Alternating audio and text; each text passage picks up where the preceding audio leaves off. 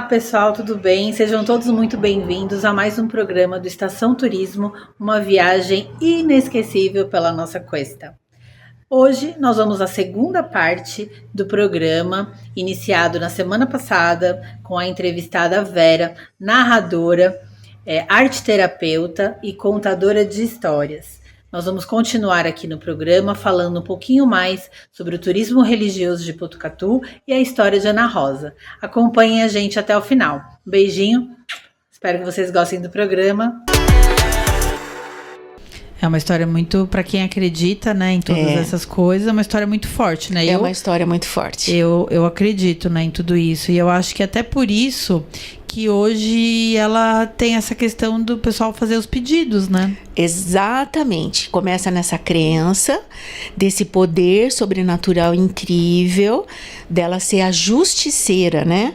Agora, uma santa justiceira. Então, assim, se pede causos também de muita tristeza, causas de tragédia, causas impossíveis.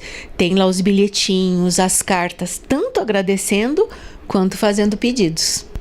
Eu achei muito, muito interessante, né? Como que a história vai se transformando, né? Uhum. Eu acho que em momento algum a família dela iria imaginar que ela iria ficar uma pessoa tão conhecida e com tantos devotos, né? Então, voltando, né? Contando um pouco da história, não sei se... Acho que todo mundo já ouviu, todo mundo conhece, né? Mas me toca muito. Aí vou contar um pouquinho da minha história. Como é que eu conheci essa história? Primeiro, criança, ouvindo no rádio. Mas criança, assim, a gente adolescente não presta muita atenção. Mas eu lembro do meu pai comentando que era uma história verídica, né? O caos verídico. E eu lembro que eu fiquei assustada com aquilo, mas passou. Daí, adolescente, minha família se mudou para Botucatu. Também a gente foi lá ver, né? E conhecer tudo. E depois eu me formei em letras e professora de letras. A gente estava numa semana cultural e a gente pensou assim, a literatura dos grandes clássicos, Machado de Assis, Clarice Lispector, Carlos Drummond de Andrade. E eu falei, escuta, mas e a literatura oral? E os causos, né? As lendas, os mitos. E aí surgiu a história de Ana Rosa. E aí, sabe, o Newton, que é irmão do Sérgio, lá de Pardinho, Vieira, né? Era meu aluno. Inclusive, o Sérgio Vieira, preciso convidá-lo para vir aqui para contar os causos lá de Pardinho. Com certeza, grande contador de causos, né? Tocava muito bem violão. Gente, nós escrevemos uma peça de teatro e o mote era o seguinte: vinham os primos de São Paulo, conhecer os caipiras aqui da Boca do Sertão e chegando aqui, tudo aquele alvoroço e tudo mais. E no momento do café, a gente passou um cafezinho no palco. O cheirinho foi para a plateia. Então a nossa tinha toalha xadrez, o coador de pano, bolinho de milho, pãozinho de queijo. E o Newton cantou, a gente projetou a capelinha, o Newton cantou a moda de viola. E aí os primos de São Paulo perguntaram, nossa, coitada, ela virou santinha. Mas como que é isso? Porque a gente estava, nós todos ali, que eram os caipiras, a gente estava se aprontando para ir para a procissão. A gente ia fazer a reverência e os primos de São Paulo, aí a gente contava toda a história com detalhes, e aí saía todo mundo do palco, no meio da plateia, indo pra procissão rezar pra Ana Rosa. Gente, foi muito marcante, que daí muito a gente revisitou a história de Ana Rosa numa outra perspectiva diferente, né? E no palco, muitas pessoas jovens nunca tinham ouvido falar, não conheciam, né? Então, assim, de uma maneira mais simplificada, né? Quem não conhece, temos aí o livro do Moacir Bernardo, a própria música, que vale muito a pena ouvir e tal. Então, essa moça de apenas 15 anos, nos documentos, nas pesquisas, não se sabe de pai, mãe, tios. Ela morava sem ninguém se sabe. Nossa. Se sabe que ela, com 15 anos, se casou com o Chicuta, que já era um homem casado, ele era viúvo, tinha já 2 filhos. Já era viúva da primeira mulher, que ninguém sabe como morreu, né? Ninguém sabe como morreu, não tem nada de história. Ele se casa com essa moça e eles se mudam para a região de Avaré, né, numa região rural. Ele viajava muito, carreava e negociava gado e fazia transporte, e ele deixava Ana Rosa presa em casa. E não passou nadinha de tempo, começou assim a espancá-la, e ele a espancava com o próprio varão que ele chicoteava e cutucava os bois. Então ela vivia machucada. Poucos viam, né? Mas quando viam, assim, ficavam horrorizadas e escutavam os vizinhos, aquela tristeza. Então aquilo que poderia ser uma promessa de uma família, era só tristeza que brotava naquela casa, só angústia, só desespero. E o tempo foi passando, essa moça foi sofrendo cada vez mais, a ponto, também tem algumas pessoas que relatam, alguns escritos dele, dá tanto murro que ela chegou a perder dentes. Nossa. E aí o que aconteceu? Um dia ela não suportou, e ela pediu ajuda para um velho escravo ali do Chicuta. E ele não suportava ver a situação que estava aquela moça. Ele rouba um cavalo ali da fazenda, ele arreia e ele ajuda Ana Rosa a fugir. Dizem que ela veio a galope num desespero, fugiu assim, com a roupa do corpo, e veio daqui na região do Lava-Pés, né? E ela tinha notícias que tinha uma tia que era costureira, digamos assim, vamos dizer hoje, assim, numa boate, que seria a zona do Meretrício. A tia costurava e morava. E era um bar que vendia bebidas e tinha aí nessa região bem erma, longe da cidade. A tia a recolhe, né? Ela toda cansada, empoeirada, o cavalo todo desesperado, e ela conta a história. Então eles ficam com muita pena dela e a abrigam, né? O Chicuta, quando descobre que ela tinha fugido, diz que sai gritando, enlouquecidos, que nem chega a trocar de roupa, vem a galope no encalço dela, perguntando: onde está a Ana Rosa? Você viu a Ana Rosa? Ela fugindo e tal, né? Ela me paga, já jurando que iria acabar com ela. Quando ele chega, a dona do estabelecimento não fala nada e nem deixa, mas ele sabia que ela estava escondida ali. Então o que ele faz? Aí que ele contrata o Minigirdo, contrata o Costinha, ele paga em dinheiro para que mintam. A Ana Rosa também, de ouvido, tinha assim uma possibilidade de ter parentes no Paraná. Então a ideia dela era fugir para o Paraná. Então eles chegam, bebem uma bebida, muito simpáticos, e vão conquistando todos, e dizem que estão indo para o Paraná. E aí vê aquela moça, tal, conta, você não quer ir com a gente? Pode ir. E muito bonzinhos e tal, e ela acredita. Naquela madrugadinha que estava ela na garupa do Costinha, mas chegando na altura de onde é a sua capelinha, quem ela avista? O Chicuta. Ela grita, ela pede socorro, ela reza para Deus no desespero, mas nisso ela já é tombada do cavalo. Ela né, os capangas seguram pelos cabelos, pelos braços, pela perna, e o Chicuta vai cortando. Primeiro a orelha, um pedaço da bochecha, o nariz, corta-lhe os 2 seios e gritando, estapeando, corta-lhe os lábios e a língua. E ela, esvaindo em sangue, vai ficando ali. Uma escrava fugida escuta os berros e tal. E no dia seguinte, bem muito de manhãzinha, era 22 de julho, né, de 1888. Aí o que acontece? Muito frio. Um senhor que estava campeando por ali, o cavalo vai e ele encontra o corpo todo dilacerado, aquela sangueira ali em cima da pedra, e ele vem para a cidade, ele conta o que ele achou, né? E todo mundo vai e resgata esse corpo, e aí a escrava reconhece. Por isso que eles vão presos, mas aí a gente já contou, né? Só o Minigirdo fica preso, e aí um tempo depois todo mundo fica muito contrito, muito desesperado, lhe dão um enterro, né? tudo humilde, cada um dá um pouquinho de dinheiro. O tempo depois eles também têm as suas mortes trágicas. E muito, desde o princípio, ela já era um ponto assim de romaria. As pessoas iam chorar, as pessoas iam orar por sua alma. E com o tempo foi também esse olhar dela ser uma santa, dela ser uma milagreira. Nossa, é uma história muito triste, né? É. Assim, se a gente for... É uma tragédia. Né, parar pra pensar assim. Você contando assim, eu comecei até... Nossa, que tristeza, né? Uma história dessa, né? Por isso que Botucatu ficou tão estarrecida, comoveu tanto o coração de todo mundo que morava, e essa história foi indo. E para nós o que fica, né? Que amor não é ciúme, né? Que o amor não é posse. O que a Ana Rosa ainda diz para nós com a sua voz, né? Com a sua doçura. Uma menina, ela foi assassinada aos 20 anos, né?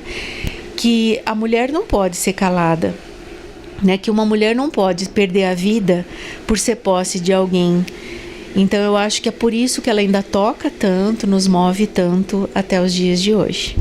Que bonito, né? Esse final aí que você deu na história, né? Porque nada é em vão, né? Nada Tudo em vão. A gente precisa reconfigurar e pegar aquilo e dar um sentido para aquela história, né? E eu acho que a história de Ana Rosa aconteceu isso mesmo, né? Hoje em dia tem um sentido, né? Que nem a gente comentou no começo, né? Hoje é um símbolo, né? Da mulher contra o feminicídio, sim, né? E eu acho que a gente tem que pegar essa história, conhecer essa história e é aquilo que a gente fala muito, né? Quando você vê alguma coisa, fazer a denúncia, né? Fazer a denúncia, exatamente. Quando você puder ajudar, ajude, né? Porque às vezes aquela história de briga de marido e mulher, ninguém mete a colher, você às vezes também está sendo coautor de algo ali que você poderia salvar, né? Como você disse, Ju, né? Antigamente, o assassinato, o espancamento de mulheres por legítima defesa da honra era algo ultranaturalizado. Sim. Aliás, talvez o homem que não espancasse a mulher, ele fosse ridicularizado, não fosse considerado homem, né? Sim. Então, que bom que os costumes mudam, que bom que a sociedade evolui e que hoje a gente consegue enxergar essa história como uma brutal tragédia.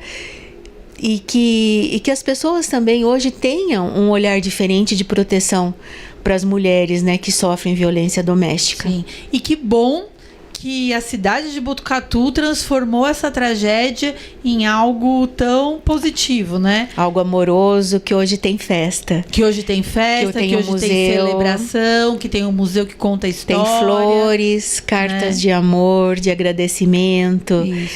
E que ela, de tanto martírio, mas que ela vela e cuida ainda de tantos, né? Que são seus devotos. E muito legal, né? A cidade de Botucatu hoje em dia ter esse... hoje construir esse memorial e ainda, né, colocar uma ala ali especial só para ela, né? Sim, merecido. Coisa bacana, né, do pessoal de Botucatu, não é? Muito, com certeza. Eu gosto muito de Botucatu, viu, Vera? Eu também. A Roberta veio aqui, né, Kleber? E o lema é Botucatu, apaixone-se. Não é verdade? Apaixone-se pelo local, pela natureza, pela cultura, pela história, pela igreja e por esse turismo religioso que aqui é tão forte, né? Que é tão forte. Eu brinco assim que os músicos, né? Um berço musical é a coisa mais linda. Então... eu não nasci naquela serra, mas eu certamente quero morrer nessa serra. Eu gosto. Que bacana. Eu acho que a gente somos privilegiadíssimos em morarmos em Botucatu. Com certeza. E eu convido a todos vocês a virem para Botucatu, a conhecer todas essas coisas maravilhosas que todos os dias, todas essas segundas-feiras, a gente vem mostrando aqui pro pessoal. E hoje vocês conheceram a história de Ana Rosa, o túmulo de Ana Rosa, a capela, a festa. Vera, quero agradecer você por você ter vindo, contado pra gente, ser narrado, né? Narrado pra gente essa história. Deixa um recadinho pro pessoal. Você também dá aula, né, de escrita criativa. Convido o pessoal também aí a fazer o curso. Então, eu reescrevi do meu jeito, como eu senti a história de Ana Rosa. Então, os ouvintes, se alguém quiser a história, entre em contato com a Ju, com o programa, que a gente manda, né? Ai, meu Deus, eu tô colocando trabalho para vocês aí, né?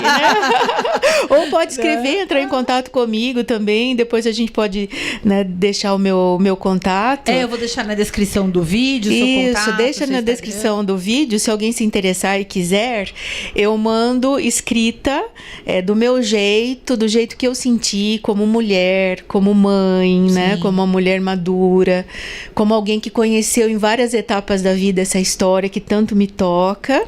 Então, eu trabalho dentro da arte terapia, eu trabalho com a contoterapia, trabalho com escrita criativa, com a escrita terapêutica. Então, eu posso transformar a tua história, né? Juntas, né? Se alguém quiser.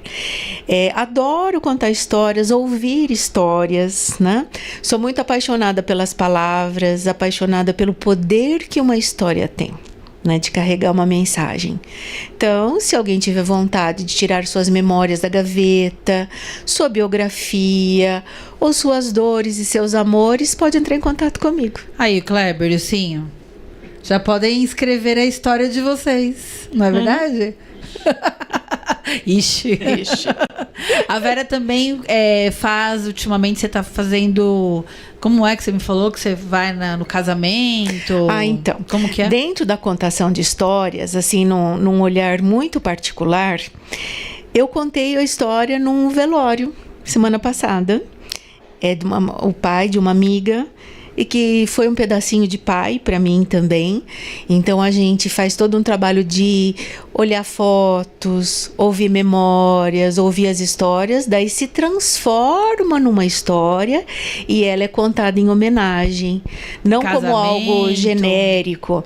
Então o casamento também, né? Eu já contei histórias em casamento ali, porque é criada a história especialmente para aquelas núpcias, né? Então, se você quiser marcar o seu evento de uma forma muito especial, a gente conta a história dele. Que bacana. Passa seu Instagram e seu telefone para o pessoal. Olha, o meu telefone, o que eu escutei outro dia vindo para cá? O Zapfone. O Zapfone é 14 99898 1314 e eu não tenho Instagram. Então é pelo telefone mesmo. Pelo telefone, né? Aí o pessoal ficou horrorizado. Como assim? Porque eu trabalho sozinha. Tá certo. E trabalho sozinha, eu não tenho equipe.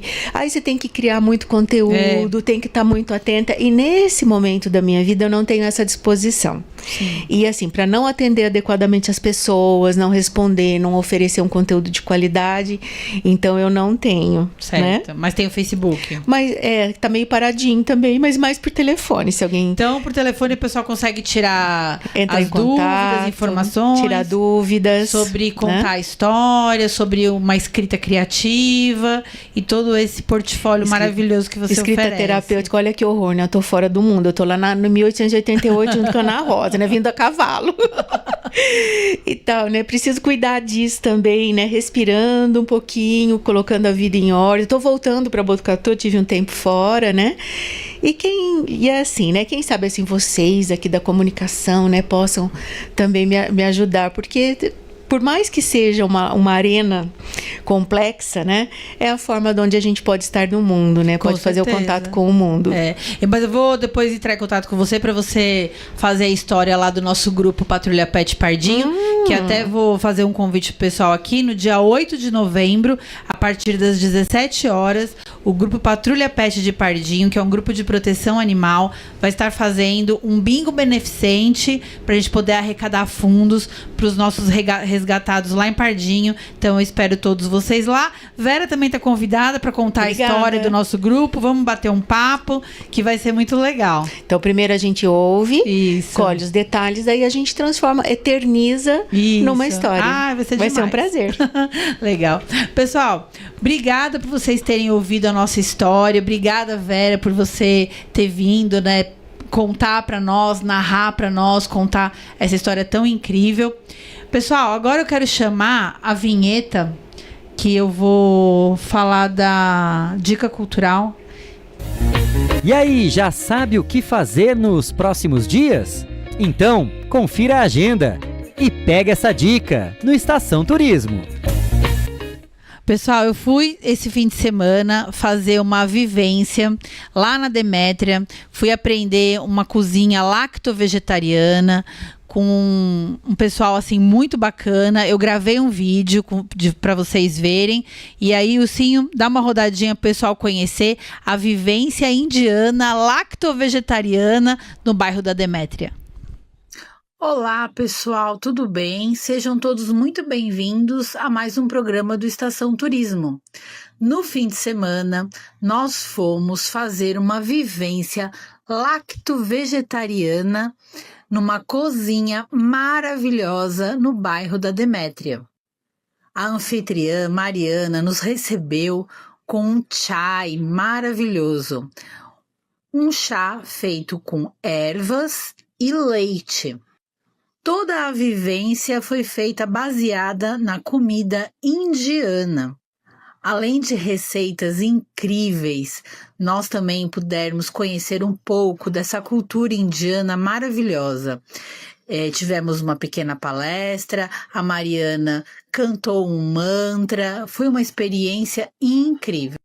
Aprendemos a fazer esse prato maravilhoso com queijo, ervilhas tortas, tomate, um pão feito na hora chamada panir, arroz, salada. Gente, foi tudo incrível. Receitas maravilhosas, aprendizados de temperos incríveis que eu nunca tinha ouvido falar na minha vida.